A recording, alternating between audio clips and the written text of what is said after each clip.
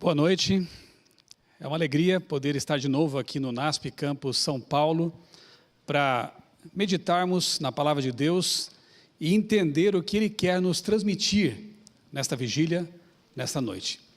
Nas últimas vigílias que tivemos aqui nesse mesmo campus, analisamos, estudamos aqui temas escatológicos, temas relacionados com o fim da história da humanidade, temas que mostram a proximidade da volta de Jesus.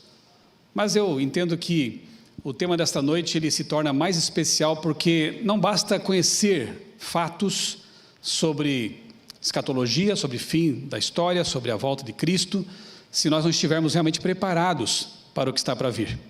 Então a nossa maior necessidade, na verdade é o título original em inglês desse livro aqui, A Revolução do Espírito. A nossa maior necessidade como igreja, como indivíduos também, é a presença do Espírito Santo, é nascer de novo. Não adianta nós conhecermos tanta coisa sem esse novo nascimento. Na verdade, se pensarmos bem, Satanás sabe muito mais de escatologia do que nós. Na verdade, ele tem milhares de anos de vantagem, de conhecimento, e se nós não tivermos realmente essa experiência do novo nascimento, de nascer do alto, de nascer do Espírito, esse conhecimento acabará perdido. Nós só levaremos conosco para a eternidade todo esse conhecimento que nos vem da palavra de Deus, dessa experiência com Deus, se realmente passarmos por essa experiência. Por isso eu creio que o tema desta vigília, ele vem em boa hora, sempre é uma boa hora, né, estudarmos sobre esse assunto, mas ele como que completa tudo o que nós já construímos ao longo dessas noites em que passamos aqui em oração, buscando a Deus, buscando a palavra de Deus. O tema que me coube aqui para abrir essa noite é justamente o tema do novo nascimento. O novo nascimento. Existem muitos encontros especiais de pessoas especiais com Jesus na Bíblia. Eu gosto muito do encontro de Jesus com a mulher samaritana. Eu gosto muito do encontro de Jesus com o jovem rico. Mas esse encontro com Nicodemos realmente é bastante especial e significativo. Eu quero te convidar a ler comigo João capítulo 3, versos 1 a 17, mas não só ler, eu quero que você faça uma experiência de viagem no tempo, né?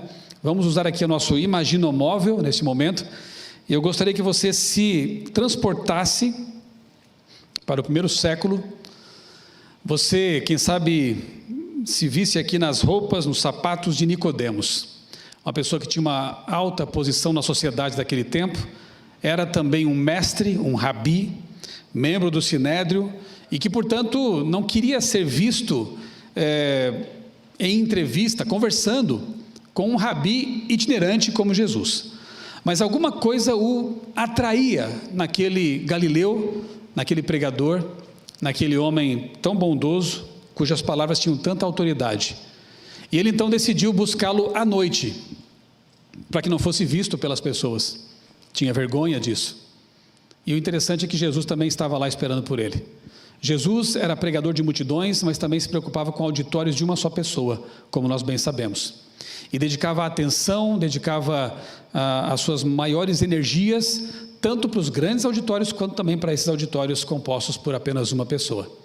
E mesmo que a pessoa fosse até Cristo com vergonha de ser visto pelos outros, ele não jogava isso no rosto dela, ele a recebia, e foi o caso aqui de Nicodemos. Eu acho lindo o fato de que Jesus já estava aguardando pelo mestre Nicodemos. Ele estava lá para encontrá-lo. Então, vamos ler aqui esses versos, com a nossa imaginação voltando no tempo, e meditar depois aqui em algumas coisas relacionadas com esse que é um dos mais lindos encontros de Cristo com alguém aqui na terra. Havia entre os fariseus um homem chamado Nicodemos, um dos principais dos judeus. Este, de noite, foi ter com Jesus e lhe disse: Rabi, sabemos que és mestre vindo da parte de Deus, porque ninguém pode fazer estes sinais que tu fazes, se Deus não estiver com ele. A isto respondeu Jesus: em verdade te digo, se alguém não nascer de novo, não pode ver o reino de Deus. A gente sabe que aqui no grego a expressão ela tem que ver com nascer do alto, né? Nascer de Deus. Você percebe que Nicodemos tentou aqui bajular Jesus, tentou, quem sabe, iniciar uma conversa teológica, alguma coisa nesse sentido, e Jesus não dá a menor importância para essa saudação inicial e já começa tocando no ponto fundamental. Jesus não perde tempo. Ele vai justamente naquilo que Nicodemos mais precisava. Não era conhecimento, não era reconhecimento, era nascer do alto, nascer de novo. E perguntou Nicodemos, desarmado, certamente: como pode um homem nascer sendo velho? Pode porventura voltar ao ventre materno e nascer segunda vez? Respondeu Jesus: em verdade te digo, quem não nascer da água e do Espírito não pode entrar no reino de Deus. O que é nascido da carne é carne, o que é nascido do Espírito é Espírito. Não te admires de eu te dizer: importa-vos nascer de novo. O vento sopra onde quer, ouves a sua voz, mas não sabes de onde vem nem para onde vai. Assim é todo o que é nascido do Espírito. Então lhe perguntou Nicodemos: como pode suceder isto? Acudiu Jesus: tu és mestre em Israel e não sabes, não compreendes essas coisas?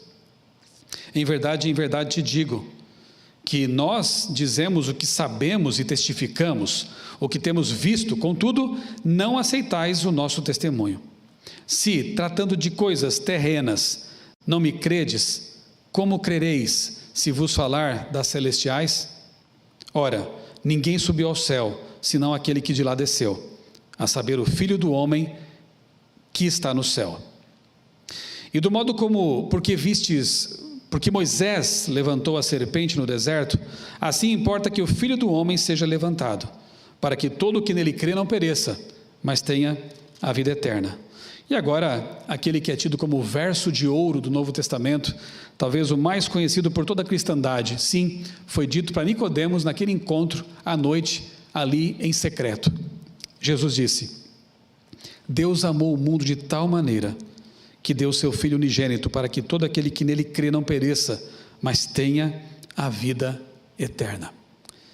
Porquanto Deus enviou o seu Filho ao mundo, não para que julgasse o mundo, mas para que o mundo fosse salvo por ele. Tremendo, não é verdade? Um encontro, eu até tenho uma foto aqui, uma representação, gostaria que você imaginasse ao contemplar na tela aqui. Tenta imaginar essa cena. Jesus, Nicodemos, numa entrevista ali particular, dizendo para um mestre, versado nas Escrituras, de que toda a teologia dele era insuficiente, se ele não passasse por essa experiência, o novo nascimento. Eu quero te perguntar nessa noite, com todo carinho, você já passou por essa experiência? Nós teremos aqui algumas horas para refletir sobre a importância de receber realmente esse nascimento do alto, esse batismo com o Espírito Santo. E eu quero que você aproveite esse momento que o NASP, que a igreja do NASP está lhe oferecendo, para pensar seriamente nessa pergunta. Você já nasceu de novo? Você já nasceu do alto, do Espírito? Você já foi batizado com o Espírito Santo? Você passou pela experiência da conversão? Essa é a pergunta. Se não, que tal pedir que Deus opere essa mudança em sua vida nessa noite? Nós vemos aqui na história que Nicodemos saiu dali, claro que com um monte de ideias na cabeça, pensando em muitas coisas. Ele tinha muito que perder se abraçasse Cristo e ali se tornasse um discípulo naquele momento. Foram meses e meses de luta espiritual, mas quando ele viu Jesus crucificado, as palavras daquela entrevista vieram à mente.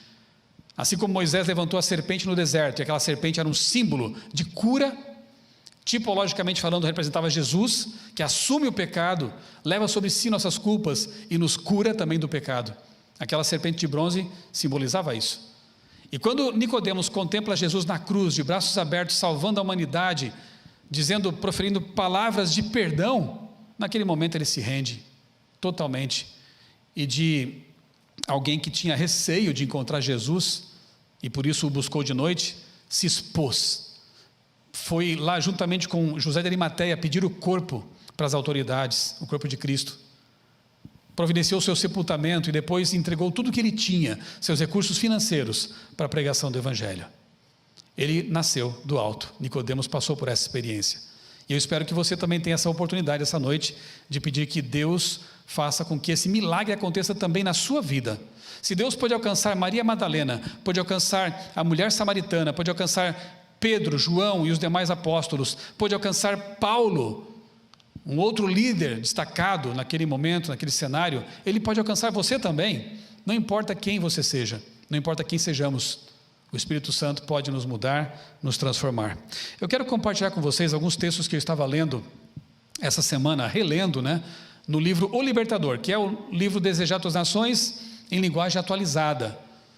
Página 93, Ellen White escreveu o seguinte: você não precisa ter a sua curiosidade satisfeita. O que você precisa é de um novo coração, uma nova mente. Então, na verdade, ela está transcrevendo palavras que Jesus disse para Nicodemos. Você precisa, Nicodemos, receber uma nova vida, vinda do alto, antes de poder apreciar as coisas celestiais.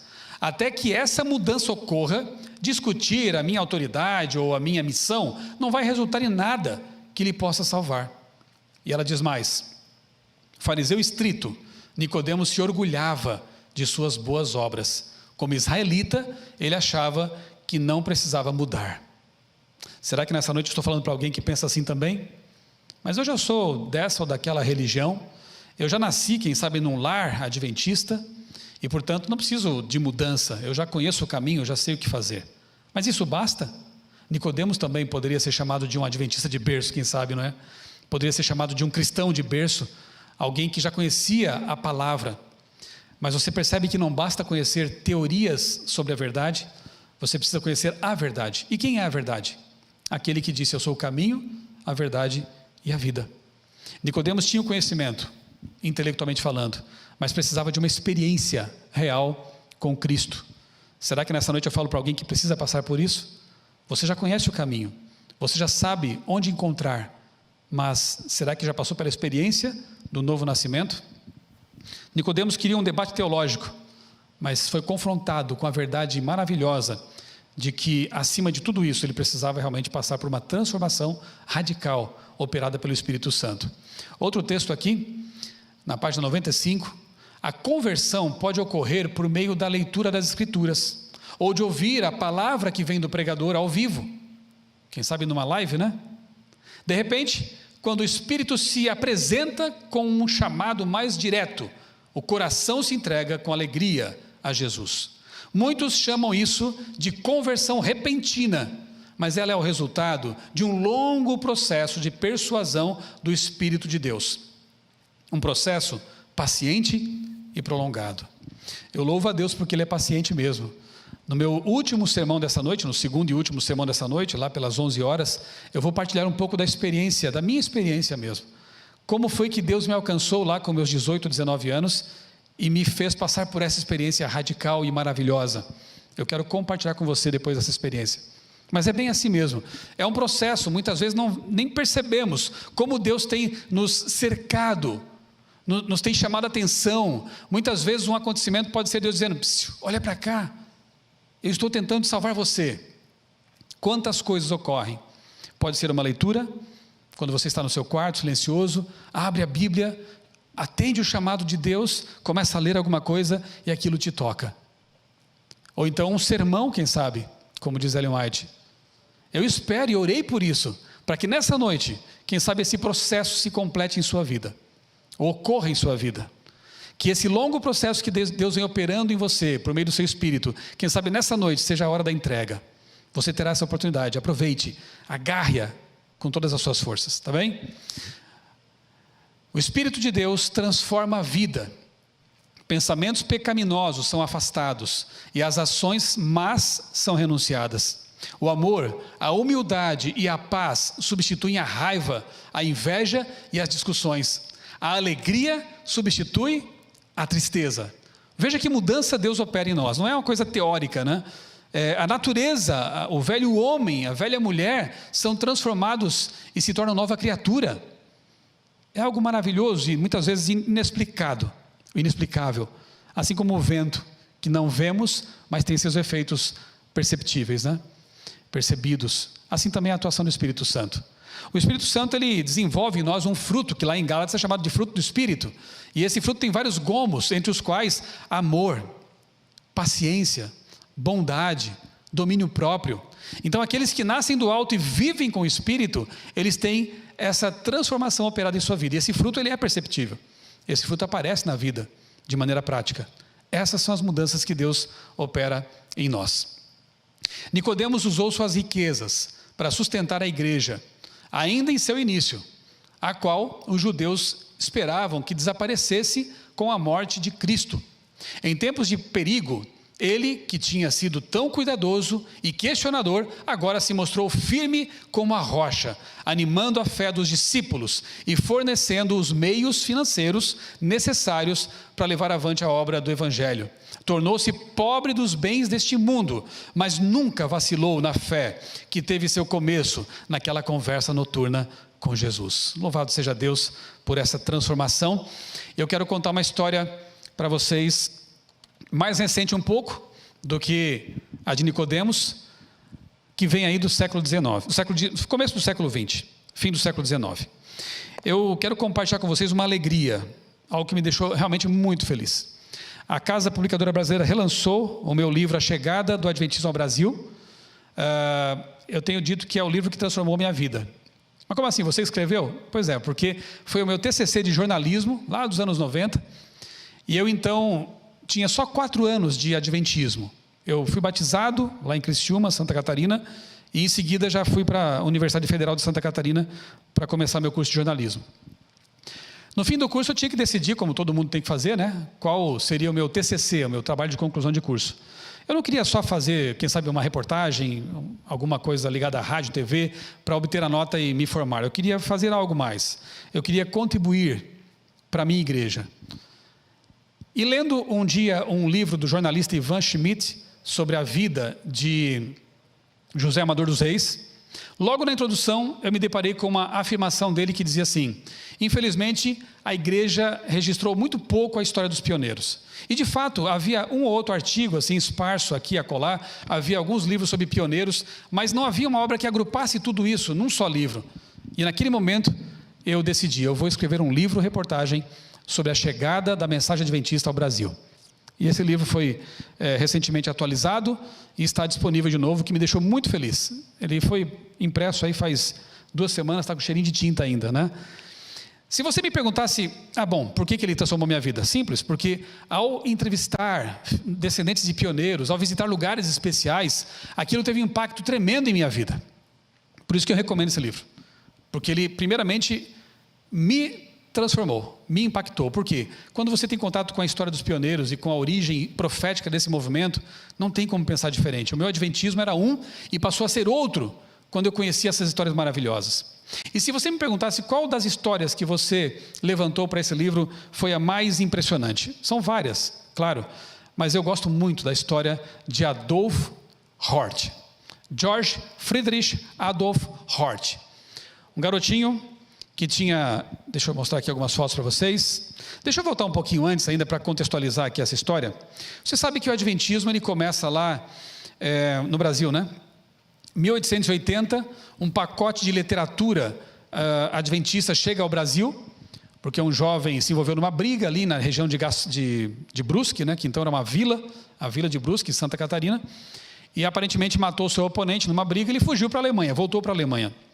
E numa das escalas, possivelmente na Inglaterra, ele encontra 2 missionários adventistas, que lhe perguntam se ele conhecia alguém que poderia receber literatura adventista em inglês ou alemão. E ele então fornece o endereço do padrasto, Carlos Drefke, que residia lá em Brusque. Alguns meses depois chega um pacote de revistas. Aqui eu tenho uma foto da vila de Brusque. Aquela foto anterior era deixa eu mostrar aqui para vocês de novo, do Porto de Itajaí, onde chegou o pacote de revistas adventistas. E aqui está a vila, né, de Brusque, no início do século XX. E aqui o casarão comercial, onde esse pacote foi aberto. E havia no pacote 10 revistas com inscrição de capa Stimme der Wahrheit, que é a voz da verdade. Drefke abriu aquele pacote, achou estranho porque ele não tinha encomendado nada, né? Mas enfim, guardou uma para si, espalhou e entregou as demais para quem estava ali naquela venda, naquela casa comercial, que pertencia a um senhor, deixa eu mostrar aqui a foto também, chamado, aqui são fotos mais recentes do casarão, que ainda está lá em pé, né? Aqui está a revista a própria revista que começou a transformar vidas aqui no Brasil. E aqui o dono do casarão, Davi Hort. Em 1880 aquele pacote foi aberto lá. E junto com ele estava o filho, claro que aí já adulto, mas na época tinha 10 anos de idade, o Adolfo Hort, que eu disse, é a história que mais me impressiona. Ele se casou com uma mulher, uma moça que limpava a casa da família, Emma, uma outra imigrante alemã, uma família que não tinha posses, e aí se conheceram, se casaram, e juntamente com a mãe, Ana Doroteia, mais tarde, 10 anos depois, ambos, os três, né? A esposa, a mãe, e ele se convertem ao adventismo. Mas por que a história é interessante? Eu estou enrolando aqui para chegar ao ponto, né? Simples, porque quando Adolfo, ele cresce, se torna um jovem muito brigão. Sabe aquele alemão esquentado? Eu sei que o pastor Grittner não tem nada a ver com isso. Apesar de ser Grittner, ele é muito calmo, muito tranquilo, né? Mas o Hort era muito nervoso, brigão. E quando ele soube que lá em Gaspar Alto, que é você sobe uma pequena serra, lá em cima das montanhas tem um vale muito bonitinho, pitoresco ali está Gaspar Alto. Ele fica sabendo que em Gaspar Alto já havia alguns crentes guardando o sábado, com umas ideias muito estranhas. E para Adolfo, religião de alemão era só a luterana. Ele não aceitava isso. Então o que ele faz? Ele convida um amigo, ambos se dirigem para Gaspar Alto a cavalo. Quando chegam lá, começava a escurecer e era dia de culto. Eles se aproximam da igreja com paus e pedras, querendo fazer a maior arruaça para acabar com a igreja ali. E quando ele se aproxima da janela, ele escuta alguém pregando. E ele ouve um texto bíblico que mexe com ele. E diz para o amigo, vamos embora. Vamos embora. O amigo achou estranho aquilo, largaram as pedras e voltaram. Quando chegou em casa, ele convidou a esposa, Emma, a estudar a Bíblia. A ler a Bíblia com mais atenção. E encontraram na Bíblia a mensagem da volta de Jesus, a mensagem do sábado e outras verdades. Perguntaram ao pastor luterano da igreja que frequentavam o porquê daquilo. O pastor prometeu no domingo seguinte explicar. Quando vão à igreja no domingo, sentam bem à frente, atentos, e o pastor diz mais ou menos o seguinte: nós temos aqui em nossa localidade alguns adventistas que estão aí ensinando coisas como a guarda do sábado.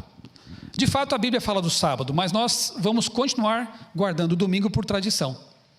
Adolfo olhou para a esposa, achou aquilo muito estranho, voltaram para casa convencidos de que os adventistas tinham razão.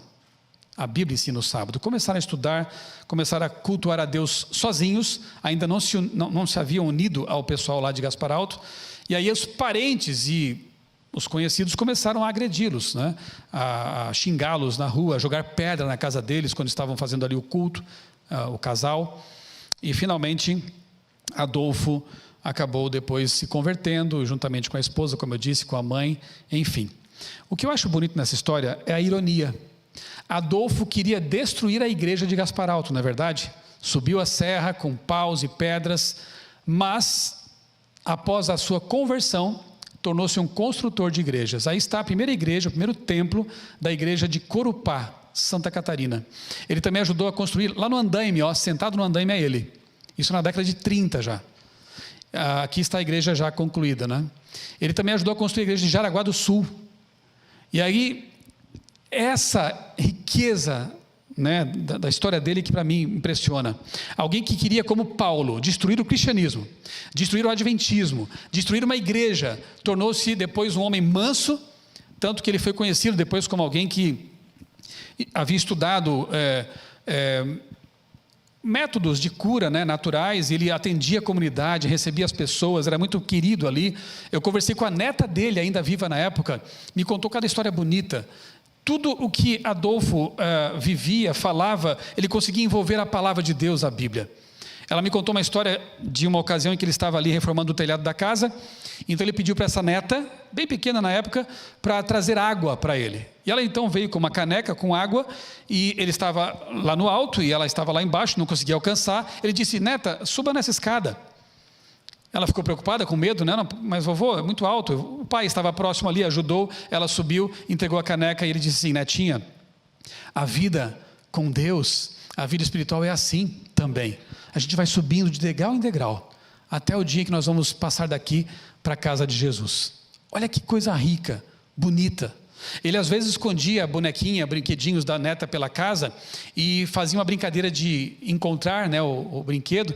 E quando ela encontrava, ele fazia uma festa com ela e dizia: querida netinha, as verdades da Bíblia são assim também. A gente busca e quando encontra é uma festa, é uma alegria. E ela me disse que em tudo ele colocava a palavra de Deus. Tornou-se um construtor de igrejas, um homem que queria destruir igrejas. Eu te pergunto, o que faz com que uma pessoa como ele era, brigão, esquentado, tornasse uma pessoa mansa, bondosa e um líder da igreja iniciante aqui no Brasil? Nascer do alto, nascer do Espírito, permitir que o Espírito Santo toque o coração, a mente e transforme a vida. Se Deus fez isso por Nicodemos, se Deus fez isso por Moisés, se Deus fez isso por Maria Madalena, se Deus fez isso por Adolfo Hort e tantos outros pioneiros, se Deus fez isso na minha vida, na vida de outros que estão aqui, não pode fazer na sua também? Eu tenho certeza que pode. Não só pode, como vai. Ele vai mudar a sua vida, ele vai transformar você numa pessoa diferente, alguém que realmente tem certeza da salvação. Eu quero concluir lendo com vocês 2 textos, um do Novo e um do Antigo Testamento. Segundo Crônicas 7,14 diz: e se o meu povo que se chama pelo meu nome se humilhar e orar e buscar a minha face e se converter dos seus maus caminhos, então, olha a condição aqui, eu ouvirei dos céus, perdoarei seus pecados e sararei a sua terra, a sua vida. Veja que Deus coloca ali uma condicional, né? Se você fizer isso, ou seja, orar, buscar, se converter dos seus maus caminhos, eu vou ouvir a sua oração, eu vou perdoar os seus pecados, eu vou sarar você, eu vou transformar você. E no Novo Testamento encontramos ali em Atos 3,19 o seguinte: arrependei-vos, pois, e convertei-vos, para que sejam apagados os vossos pecados, e venham assim os tempos de refrigério. Na Nova Versão Internacional está descanso, o tempo do descanso, da paz, pela presença do Senhor. Pedro tinha pregado um sermão poderosíssimo naquele dia, e no fim eles queriam saber: ok, nós entendemos, mas o que fazemos? Arrependam-se, peçam perdão de seus pecados, da sua mornidão, da sua indiferença, e vocês serão perdoados, e Deus vai lhes dar descanso. Finalmente você vai encontrar paz, você vai se sentir plenamente feliz, porque a paz também é um gomo do fruto do Espírito.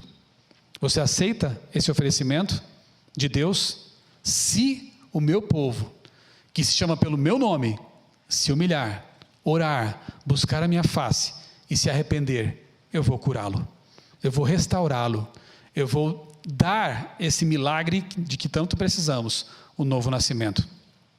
Você quer nascer do alto? Quer nascer do Espírito? Quer ser batizado com o poder do Espírito Santo? Deus está ansioso, se eu posso dizer assim, para lhe conceder isso. Apenas peça. Aproveite, repito, esta noite, esta vigília, para ter essa experiência especial com Deus. Que Deus abençoe cada um de vocês que estão acompanhando essa nossa live, essa vigília, para que realmente possamos passar por essa experiência pela qual Nicodemos passou. Seja também a nossa experiência nesta noite. Amém.